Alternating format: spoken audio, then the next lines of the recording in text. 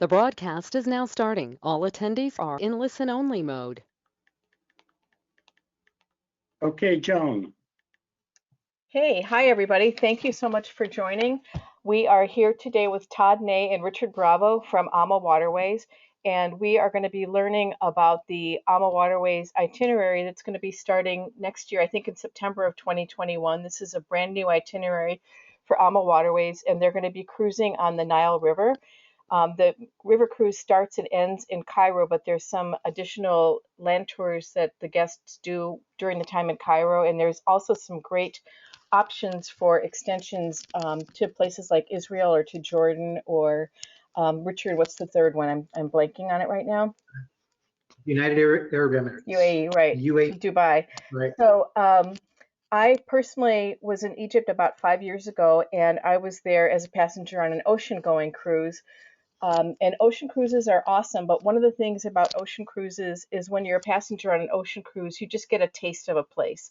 And I had wanted to visit Egypt since I was a little kid, and we got National Geographic, just like many of you, I expect. And seeing the pyramids was just an awe-inspiring dream come true. And Egypt was fascinating for the brief time that we were there, and I really do want to go back.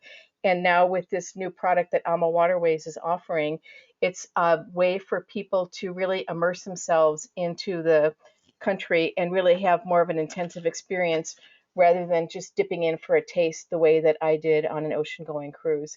Todd, who is one of the hosts here, has been to Egypt many, many, many times, so we're privileged to have him on the call to share some of his experiences that he's had while he has been in Egypt.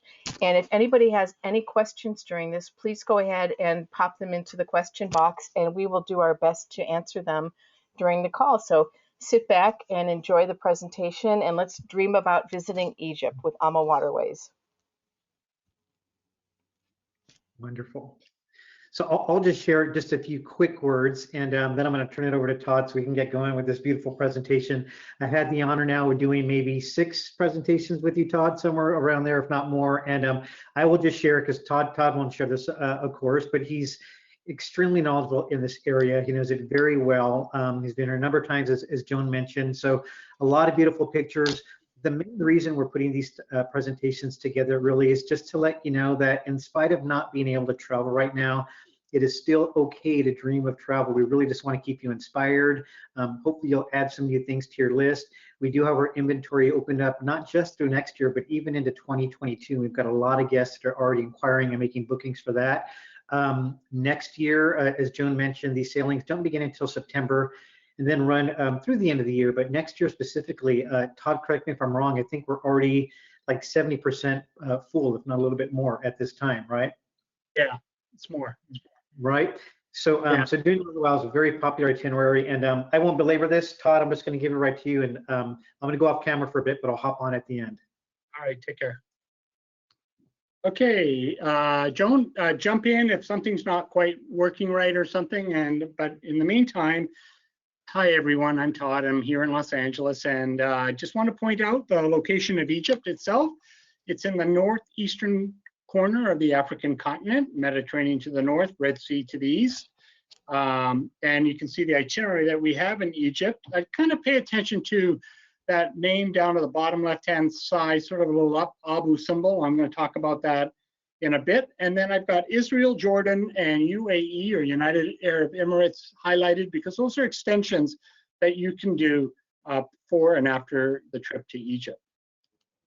All right, so here's a more close-up map of Egypt, and our program is 12 days in Egypt. It starts with 3 nights in Cairo, and then we fly down to Luxor, where we'll board our new ship, the AmaDahlia, and we'll cruise on the Nile for 7 nights, and then we'll head back to Cairo for 1 night at the end. Once again, I've got Abu Simbel in there, and I'll talk about that in a little bit. All right, so our sailings begin in September of 2021 and they go weekly through December at the end of the year, and we continue again in January through June, and September to December 2022. We don't sail in July and August on the Nile, simply because it's too hot that time of year. All right, first thing I'd like to do is show you, here's a picture of Cairo. Cairo is a massive city. 23 million people, and you can see the Nile flows directly through the heart of Cairo. Cairo is a Arabic word meaning conqueror. The Nile itself is, well, they say it's the longest river in the world. A lot of people say it. A lot of people say the Amazon is, but in either case, both are around 4,300 miles long. And of course, the Nile originates in two, the blue and the white Nile up in Uganda and Lake Victoria, and then flows into one. Then we have the Nile and empties into the Mediterranean. So just a few facts about Egypt itself. The Egyptians are the ones that came up with the 365-day-a-year calendar. Egypt founded probably around 3100 BC. Cairo itself was even a big city, even in the 14th century, already 500,000 people living here. Weekends in Egypt, Fridays and Saturdays, as opposed to our Saturdays and Sundays. The currency is the pound. All right, here's our new ship, the AmaDahlia. And I have to say, well, it's new, kind of, sort of. And the reason it's kind of, sort of, is because on the Nile, no new ships or boats are allowed on the Nile. So the only way to bring a new boat in is to purchase an older boat and take it to the shipyard, strip it down to its hull, and rebuild it. And that's exactly what we're doing right now. It's in the shipyard. It should be finished in January, and then we have about 8 months to get the crew and ship and everything in running order. So we start sailing in September. Dahlia or AmaDahlia? Why is it that no new ships are allowed on the Nile? I think it's because they don't want to have congestion. You know, they just don't want too many boats. It destroys the experience of cruising on the Nile. Fair enough? Yes, thank you. Yeah, okay, so here's the AmaDahlia. Dahlia is a flower or plant native to Egypt. Our ship is 34 cabins and suites, actually 18 cabins, 16 suites. And of course, we have a restaurant. If you've ever traveled with us in Europe, we have a chef's table restaurant too. On the top deck, there's a pool and a lounge. Well, actually, let's just go right through and I'll point out some of the highlights. Here's the layout: 1, 2, 3, 4, 5 decks. They're all named after plants or flowers that grow or are native to Egypt. We start with the acacia deck, and these are cabins, 196 square feet. Those are pretty large just in themselves, and they come with picture windows. And anything above that, the lotus deck and above, these are rooms either come with a French balcony or a full balcony. The suites themselves, some of them have adjoining rooms if they're for families. Work your way up to the lily deck, and we have our main restaurant. And above that, we have our lounge. We even have a hair and massage room, nail salon, fitness room. We have our chef's table. A chef's table is like a private restaurant, seating anywhere from 13 to 15 guests. And each day, 13, 15 guests will be invited to the chef's table for a personalized meal with the chef. And they'll prepare the entree in front of you and so on. Everybody that's on the ship will get an opportunity in the chef's table. We'll also have a wellness coach on board. So if those that like to do yoga or Pilates or exercises and stuff like that in the morning, afternoon and stuff, that will be available. And the other thing is we will have an elevator on board all the way from the acacia deck right up to the jasmine deck. 34 staterooms, 68 guests. Here's a picture of the top of the deck. We'll have the swimming pool, and you can see the sun is strong in Egypt. It's a dry climate, and so shade is important. You can see the sitting area does have a lot of shade. Those circular things that you see on board, those are showers. And to give you an idea how dry Egypt can be, the last time I was there, I was talking to one of our Egyptologists. Her name is Dina, and we were in Luxor, and I said to Dina, gosh, Dina, it just seems really dry right now. When was the last time you saw rain here in Luxor? And she looked at me kind of with a strange face, and she said, I don't know, 17, 19 years ago. That's a true story. So they don't see rain very often in this area. You may see a little more up in Cairo during the months of December and January, but still it's negligible. This is just the entrance into the atrium and the main into the ship. These are still artist renditions. Probably in about 10 days, we'll have the original photos. what the whole ship will look like on the inside. This is the lounge, and on the lounge, we will have nightly entertainment. We'll also have what we do in Europe, sip and sail. So this is like a happy hour before dinner, and there'll be complimentary drinks for that hour, or there'll be a cocktail of the day, or beer and wine, and so on.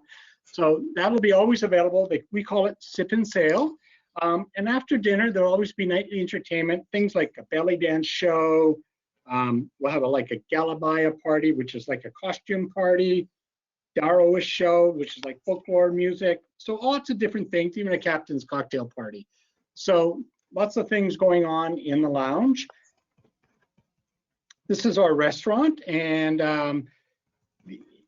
all the meals, lunch and dinner, just lunch and dinner, will always include beer and wine with our meals. And wine, it's local wine. What is local wine in Egypt? It's Egyptian grapes. They do have vineyards in Egypt, but not enough to support the Egyptian wine trade, I guess. And so a lot of grapes are imported from South Africa, and they mix it all together, and that's where you come with your local wine.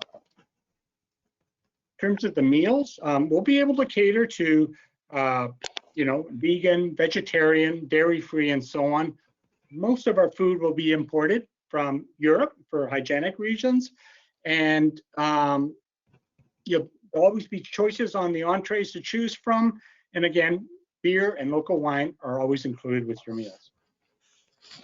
Here's I'll show you some pictures of some of the rooms. This here are suites. And again, the suites can be up to 425 square feet. 2 beds or one, it's up to you. You just need to tell us at the time of booking. There's also a sitting room where you can see a couch there, and there's an aerial view on the right-hand side. Complimentary Wi-Fi will be available throughout the ship. And in your room, you'll also have TV or on-demand television. Another picture of the sitting room. Of course, air conditioning in the rooms here. All our suites, all 16 of them, will also have a full tub and walk-in shower. And also in the suites, the bathrooms will come with 2 sinks, not just one. And I know that's important to a lot of guests. So there's just one more advantage of booking a suite. The lowest category are the standard rooms in category E and D, and these are on the lowest deck. And I put these in so you can see what they look like. It comes with a large picture window. It doesn't show it on this picture, but there is storage underneath the beds as well as in a closet. Again, complimentary Wi-Fi, on-demand TV. And then here's another picture looking out towards the hallway. Okay, so that's a look at our new ship, the AmaDahlia. And so let's start out with day one. You arrive in Cairo. So you're going to fly from North America. You're going to get to Cairo. Most of the flights arrive late afternoon or in the evening. And we will meet you at the airport. We'll assist you through immigration, and we transfer you immediately to the hotel. You do need a visa for Egypt. The cost right now is only $25. That could change next year. You never know. And you can get your visa online. You just go into the Egyptian government website to apply for your visa, fill out the information, pay your $25. They'll send you a confirmation, take it with you. And I would say apply for your visa about 3 to 4 weeks before you set sail. Do you need any medication for Egypt, mandatory medicine? No, there's not malaria in Egypt, so you don't need to worry about that. But I would always say be up to date with your vaccinations. All right, so you arrive in Cairo. We'll take you to the Four Seasons Cairo First Residence. This hotel, beautiful hotel, often rated as the #1 hotel in Cairo. It's not in the middle kind of downtown area of Cairo. It's about a mile to the south. And if you remember, I said how Cairo was a kind of a chaotic city. And this is why we chose this hotel. It's because it's not right in the heart of the center, a mile south and across the street of the Botanical Gardens. So it's kind of like a place of peace and tranquility in the middle of a city. 200 rooms in the hotel. And the rooms that we use are called Superior Room with a partial Nile view, and complimentary Wi-Fi at the hotel in your rooms. And all the rooms come equipped with a Bose music system. So if those of you know your stereo system, Bose, that's a pretty good music system. And again, 1 bed or 2, you just need to let us know. And this is the pool area of the hotel. And you can see it's really a nice, kind of a nice setting overlooking the Nile. Hotel does come with a fitness center, does come with a spa, 6 to 7 different restaurants from all different regions of the world, different types of cuisine. So Todd? in Cairo, I yes. just want to stop you for a second. We did have a question. This is going back a bit to when you were talking about the wine that's grown in Egypt and the wine that's served on board. We have a question from David asking if mead is available. Is what available? Mead. Mead is kind of a wine that's made from honey. Oh gosh, you know what? I can't answer that at this point, but I certainly can get the answer. How does that sound? That sounds excellent. Thank you. Okay, cool. I'll write that down. All right, good question. Okay, so here's the hotel. So in Cairo, I was going to say we always include breakfast and lunch, but we don't include dinner simply because there are so many choices to eat at the hotel. And after a full day of sightseeing, it's kind of nice to go off on your own or meet with your new friends. Some people may want to even go off property and go local restaurant in Egypt. And we'll Todd, always include. I'm sorry to interrupt you again. We have one more question. We have a guest who's asking if you could please go back and show the room again. And they're asking, do we know if the Four Seasons has connecting rooms? I can't answer if it has connecting rooms. Just the ship does, but I'm sure they do. Most hotels do. If you could, I wonder if you could go back ahead. and show the slide of the room again, please. Thank you. So Monica, that's for you. If you have any other questions about the hotel, just let us know and we'll get you an answer. Thank you, Todd. Okay, we do have a welcome room session on the second evening with drinks and cocktails. However, so you've arrived on day 1, get a good night's sleep. Next day, we're going to head off for sightseeing. And the first thing we're going to do is visit the Egyptian Museum. Egyptian Museum was built back in the early 1900s, probably around 1902. And it's home to King Tut and its treasures. The mast that you're looking at right now was founded in 1925. King Tut ruled Egypt from 1332 BC to 1322. Surprisingly, he was only 9 years old when he started ruling Egypt, died at the age of 19. We're not quite sure how he died. There's different conspiracies and so on like that. But the most likely cause is that he died in a chariot race. So we're going to visit the Egyptian Museum, tour it, then you'll have time on your own. They are building a new museum in Cairo. It's called the Grand Museum. It was supposed to be completed last year. Wasn't done. Then this year wasn't complete. Now we're thinking maybe next year. And if it is complete, we will be going to the new museum. And all the treasures from the Egyptian Museum will be moved to the new museum, along with 30,000 more additional artifacts that have been in storage. We're also going to visit the Khan el-Khalili market. And this is a market that's been around since the 10th century. It's an area where artists hang out, craftsmen. The shops are local, and it's also home to a lot of coffee houses. And coffee houses have been around in Egypt since the 1700s, maybe around 1750, 1760. Think about that, way ahead of Starbucks, that showed up, I guess, in the 1980s in Seattle and the rest of the country in the 1990s and stuff. So again, coffee is a wonderful place, and we're actually going to stop for lunch at a beautiful coffee house and rates some of the best food in the city. And we'll have a beautiful lunch there, and then we'll tour the Al-Khalili market. You get time on your own, get to meet the locals, and then we'll head back to the hotel for a restful evening. And then the next day, we'll head out to the pyramids, and the pyramids are built of limestone, granite. Up to the 14th century, the pyramids were the highest structures in the world, up to 488 feet high. The oldest one was built around 2560 BC, and each pyramid consists of anywhere from 2 to 2.5 million stones. Who built these? Well, they say that there was probably a city surrounding the pyramids just of workers, probably consisting of about 20,000 workers. And this city, you know, catered to all the workers' needs in terms of food, hygiene, entertainment and stuff like that to keep the workers busy. Again, they say 10 to 20 years to build. Actually, I just recently read that maybe it took up to 30 years to build. People do ask, can you go inside the pyramids? They are tombs. Sometimes you can, sometimes you can't. More often than not, you cannot. When they do open these tombs, you do have to crawl in. Space is tight. Sometimes you're on your knees. You kind of have to back up. There's no railings. Steps are steep.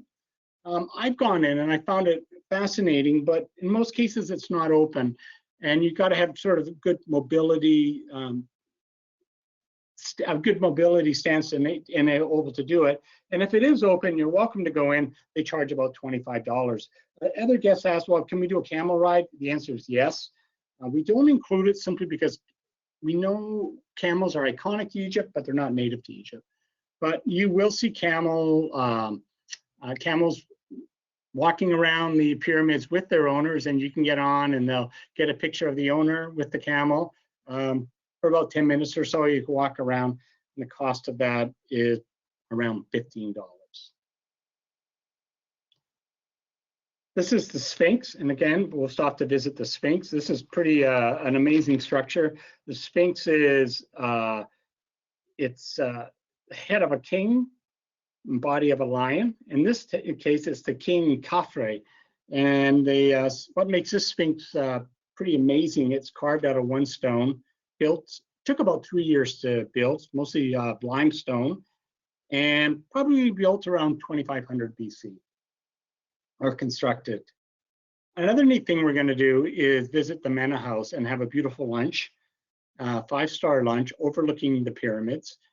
And the Mena House was built back in the 1860s, and it was a hunting lodge. The architecture is spectacular. And hunters used to come down from Europe and hunt for hippos and crocodiles in the Nile Delta, and this is where they would stay. Of course, there's no hunting nowadays, and the Mena House is kind of expanded into a hotel also, which has its different architecture, but still the original structure still stands, and we'll have a beautiful lunch there. And after lunch, we'll head back into our hotel. We'll stop at a couple of churches and synagogues, and then we'll go back to the hotel, have a restful evening, and then the next day, we're going to head back to the airport, and we're going to fly to Luxor. The flight to Luxor takes about an hour. It's an hour south of Cairo. Flights are on Airbuses or 737s. And Luxor itself is a city of about 500,000 people. It's known as the world's greatest open air museum. Luxor itself means fortress. And so the way it works is you're going to fly down to Luxor with the group, and we'll land. We'll go to our ship. We have our own private dock in Luxor, board the AmaDahlia, you settle into your room, we'll have lunch ready for you on the ship, and then after that, we'll head over to the Luxor temple.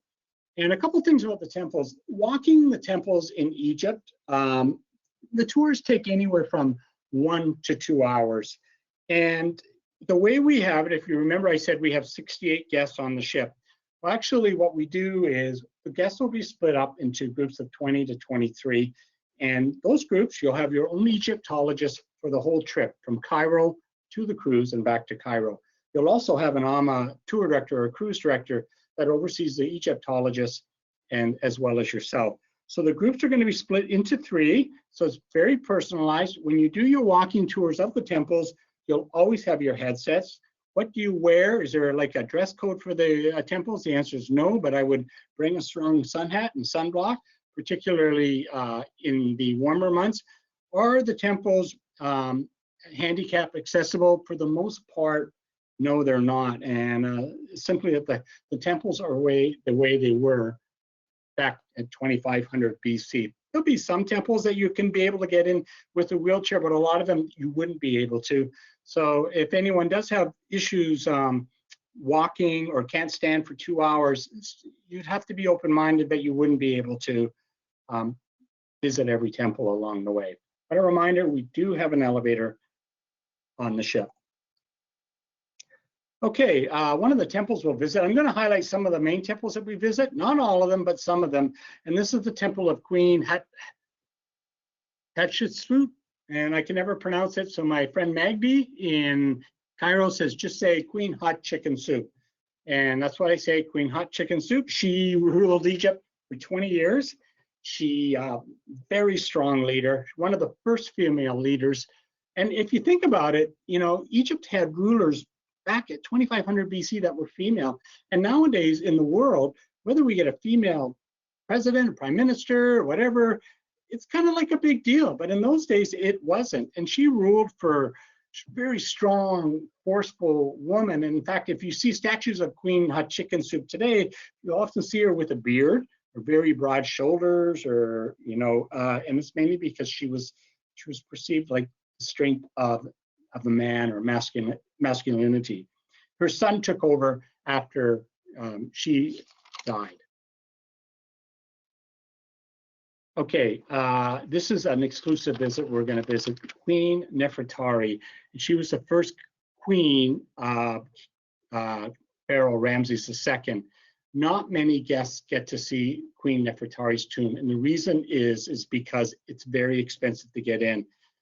We include it, but just, you know, behind the scenes, let you know, it's about $125 it costs us to get each individual into this tomb. It really was a tomb that, you know, wasn't really open to the general public at all. And they kind of started playing around with it in the 1980s, like started digging and exploring it more. But really, it's not a tomb that's really available to the whole public. But we're going to include it on our program, so this will be a really unique visit. Queen Nefertari, she was educated, she could read, she could write. She died at the rightful age of 45, which in today's terms is like 100 years old. King Ramses, there's controversy on when he died. Some say 66, others say 91, but in either case, he lived a long, to me, it's like living to 150 years or something. So the temple is spectacular. It's very unique. It's a memory that you're going to take back with you. When you're in the temple, as you walk around, or the tomb, sorry, look for little poems and poetry that King Ramses actually wrote to Queen Nefertari. When Queen Nefertari married King Ramses, she was only 13. King Ramses, he was 15. Temple of Horus in Edfu. Okay, the temple here was built about 240 BC. And I only put this in simply because it is a beautiful temple, but the way it was found in 1860, there was a French archaeologist digging around in the area, and he was digging into the sand, and he found something hard, and he found this temple. But when I say he was digging in the sand, he was actually on top of a sand dune. So this temple was completely covered with a sand dune, and they kind of discovered it accidentally. So I wanted to put that in. Okay, the Nile itself. Interesting fact about the Nile. You're looking at this you're looking west here. The Nile, on the Nile, you'll find temples mostly on the eastern side. You find the tombs on the western side. Why is that? Because the Egyptians didn't say sunrise or sunset.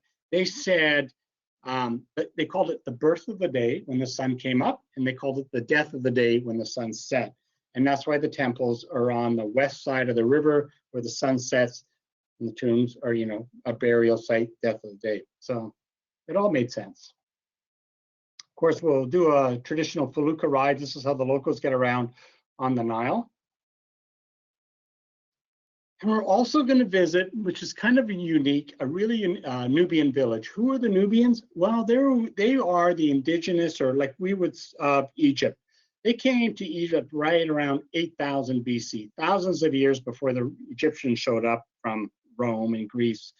And the Nubians, they feel, probably came from the central Sahara.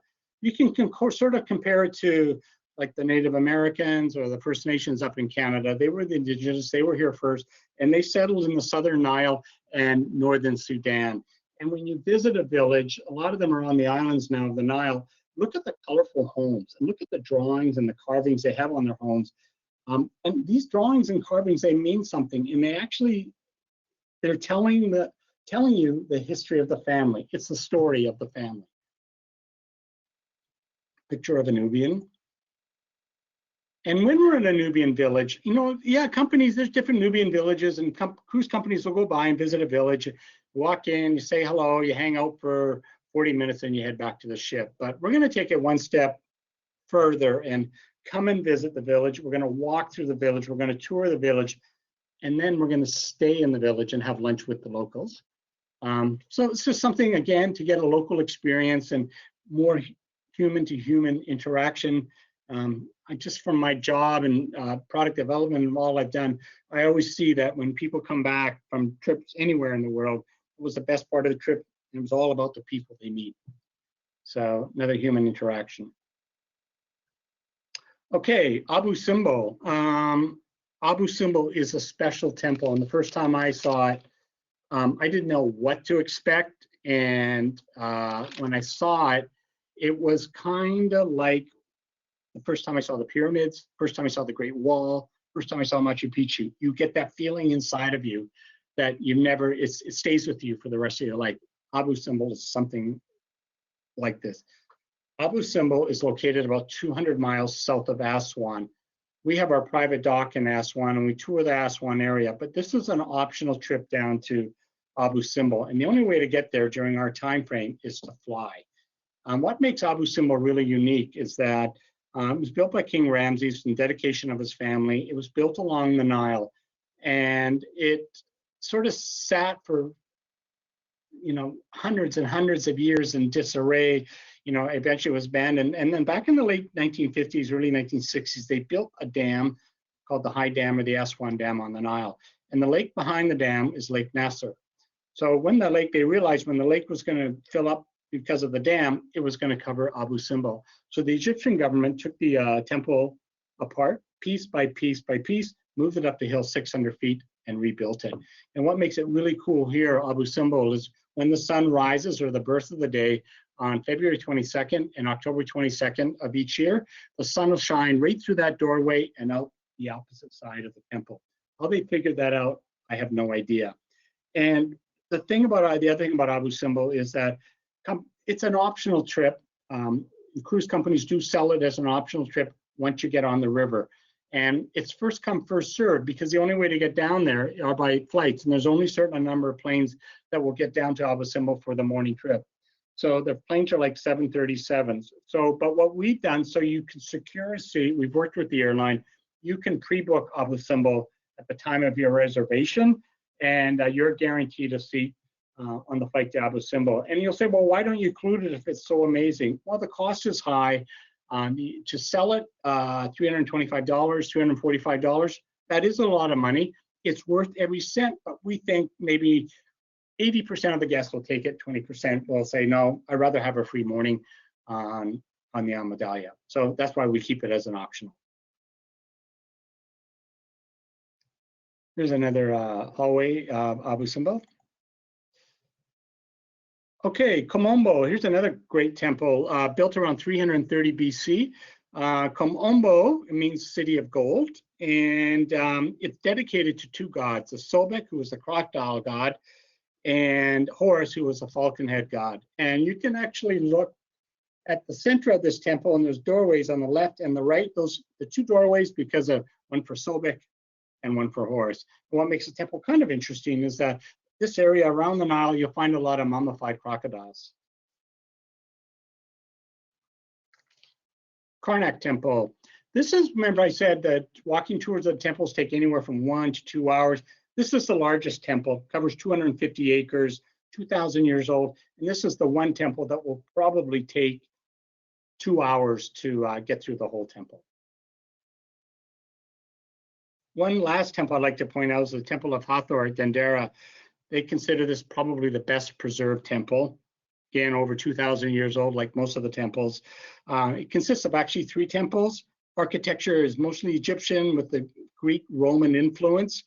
Makes it kind of neat is that these temples here have sacred pools. Of course, you can't get in these pools now. They're filled with stone and stuff. But Egyptians were in swimming pools 3,000 years ago. So, and for us to have a swimming pool now is not a novelty. I mean, we get excited if we see a swimming pool and stuff. The Egyptians were doing this 3,000 years ago, so this is kind of a neat thing to visit.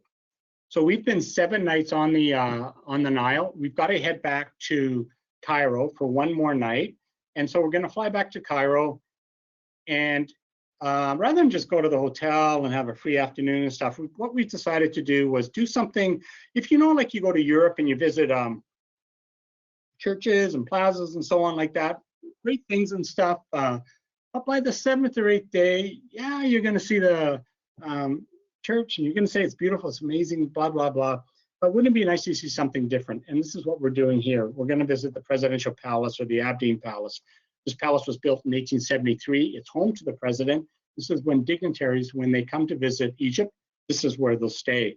The palace itself does have several little small museums, sort of exclusive museums. Like one museum is dedicated to the gifts that dignitaries have brought to Egypt when they visit. One is a cool museum, a historic clock museum.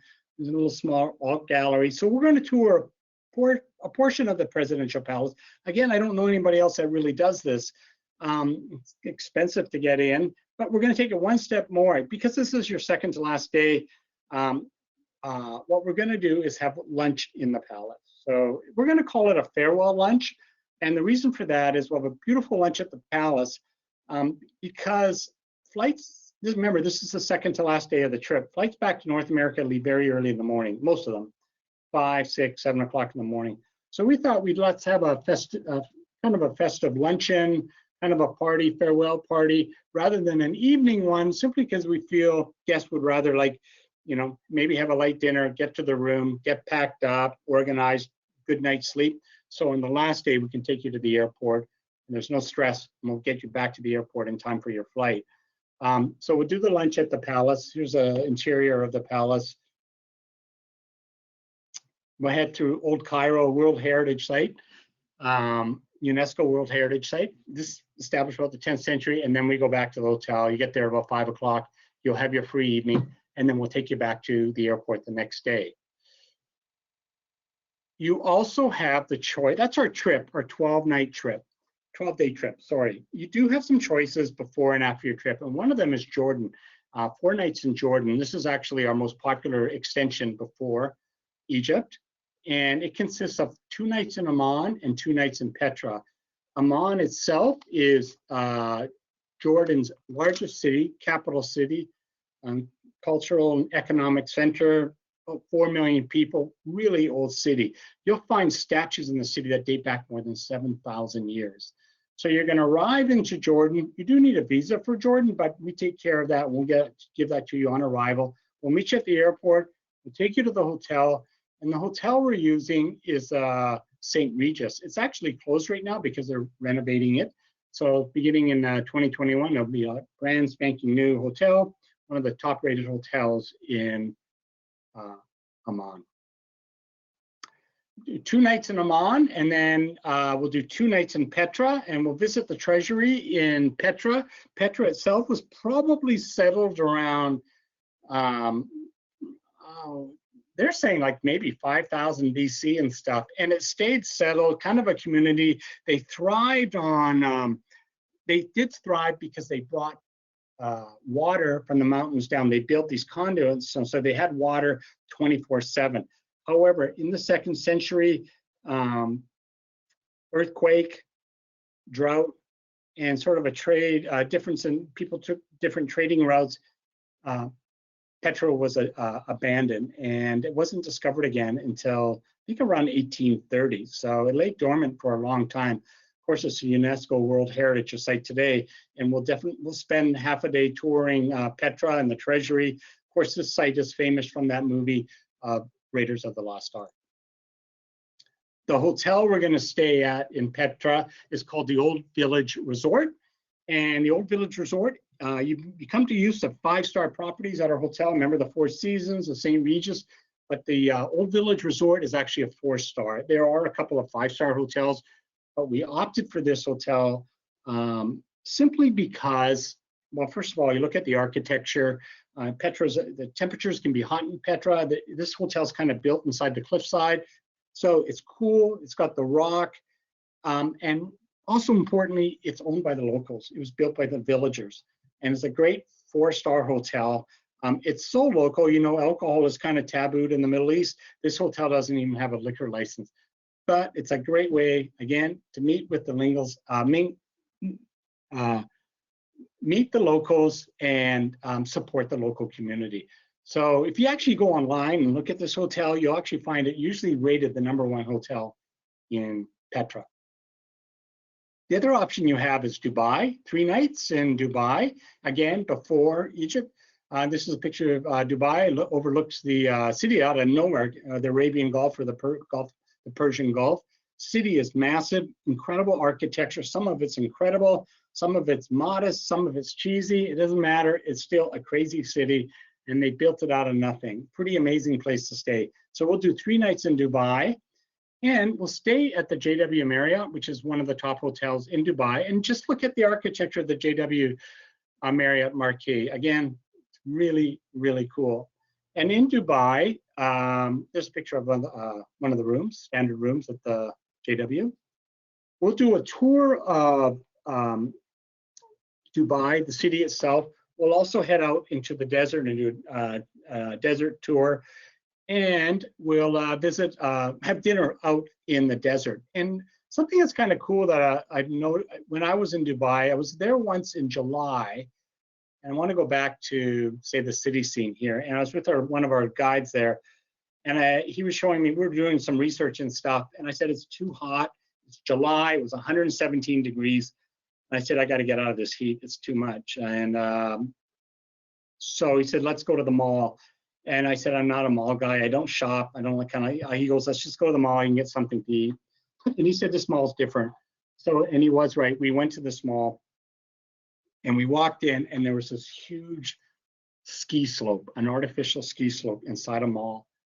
And so growing up in Western Canada, I skied every weekend and worked on a ski mountain. So we went skiing for 3 hours. One afternoon in Dubai inside a mall when it was 117 degrees out. Pretty cool. It's a picture of a dinner out in the desert.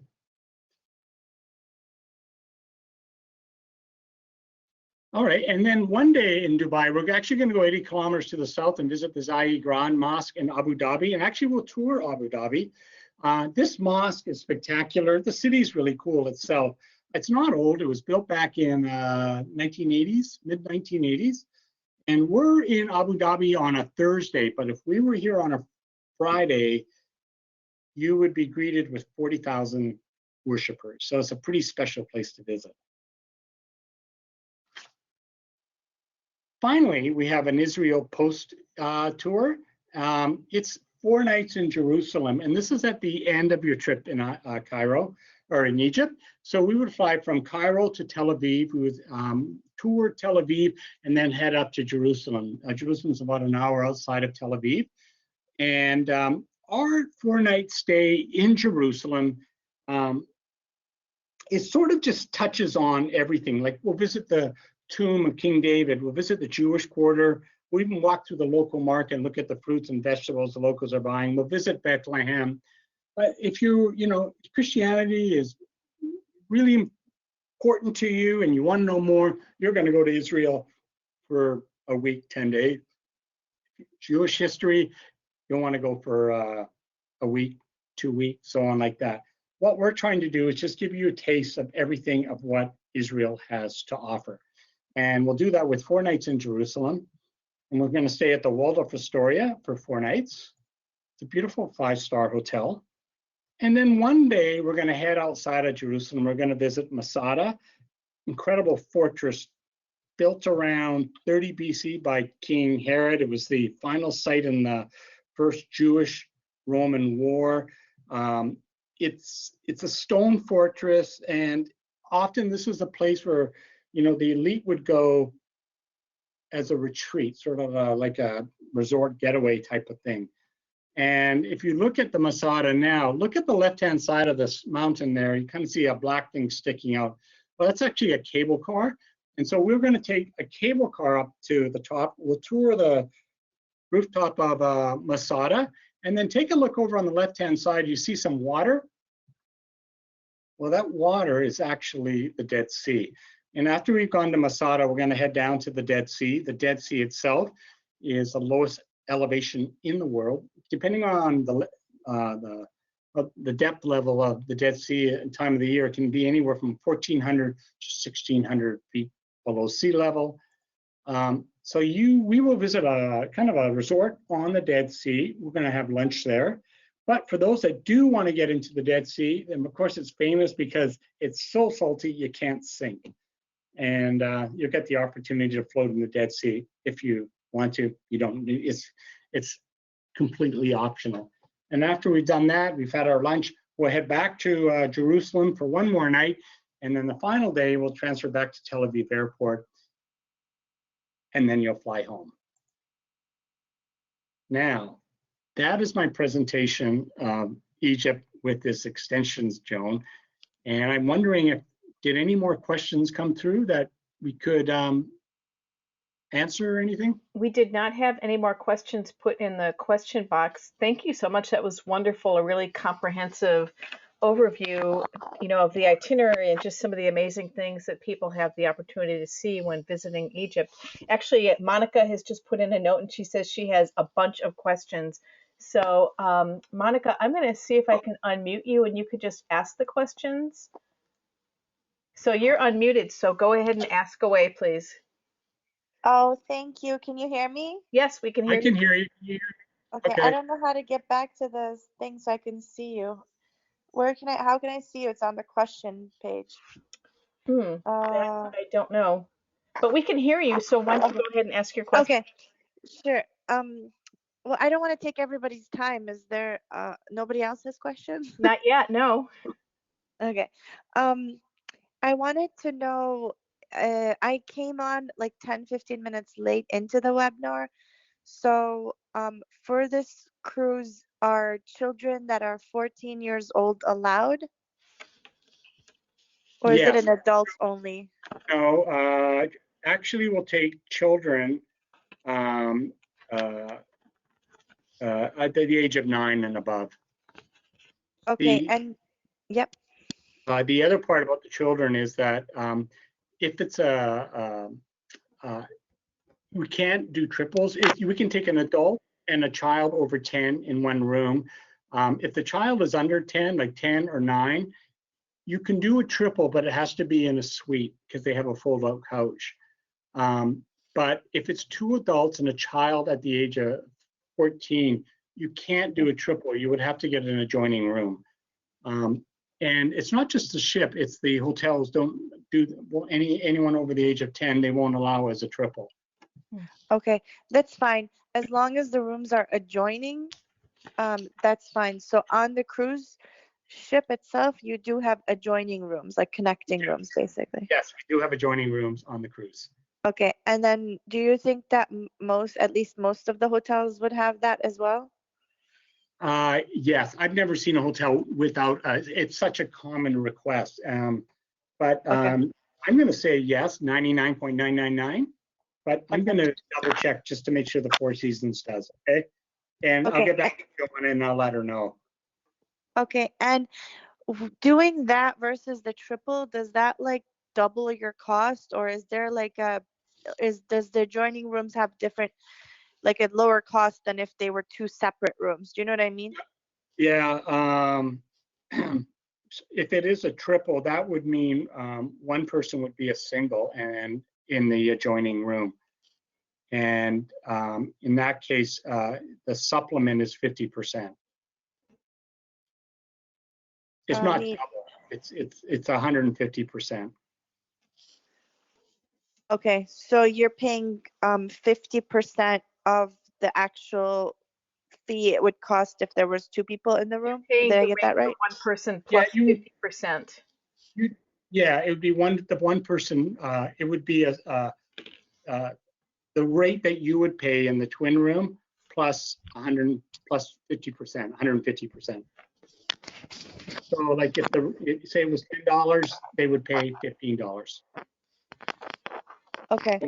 That was low cost, but it's not like that. But Right. Okay. And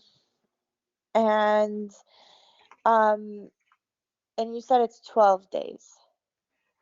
yeah, Right. 11 nights, 12 days, correct. So the Okay. 12 And when days, you time on the ground in the hotel for a couple days, and then you fly to Luxor, you board the ship for 7 days, and then you fly back to Cairo. Oh, okay. So all the other temples and cities that you're visiting, you're on the ship for that time. Well, you're in Cairo for 3 nights. The ship isn't in Cairo. And then you're going to fly to the ship. It's about an hour in a city called Luxor. And that's where you board the ship for 7 nights. Okay. And all those other sites we were seeing, like those temples and things, you basically go out, see those sites, go back to your ship, correct? Yeah, and you sleep on board, yes. Okay. Okay. Those were my questions. Thank you. Thank you. Well, perfect. Richard, do you have anything that you wanted to add from your perspective? You're muted. Is he muted? Yeah. There we go. Yeah. No, thank you. But I think Todd really covered all the main things. There of course could be a number of different questions that are specific to different groups, like some of the ones that Monica just asked, which are really good too. But nothing really else to add other than if there's any interest, please reach out to Joan. She knows all the details. She knows about all the latest promotions. In addition to what our current promotions are, if anybody is actually interested in booking, they will receive an additional $100 savings per person if you actually book within the next 2 weeks. Joan, I don't even know that I mentioned that to you, but that is available to you as well. So please use that. And if there's anything that Joan, doesn't have an immediate answer on, she certainly has Todd and myself that she can reach out to. So I'm happy to help whoever we can. There we go. And here's Joan's contact information as well if you don't have that readily available. And those of you who were on the call, I'll be sending a follow-up email to you so you'll have my contact information. But we really appreciate you taking some time out of your evening to dream about visiting these amazing locations in Egypt. As I mentioned, I was there very briefly on an ocean cruise, and there's so much of the country that I didn't see. And Monica's asking, so can we book now? Yes, absolutely. And Monica, you mentioned that you had missed the first couple of minutes of the call. The one thing that I would caution, this is a new itinerary. It's going to be starting in September of 2021. And I think, Todd, you said that 70% of the staterooms for 21 and 22 are already sold. So this is something that, if you are thinking about it, you probably want to think about your dates and go ahead and get something locked in. Yeah, definitely.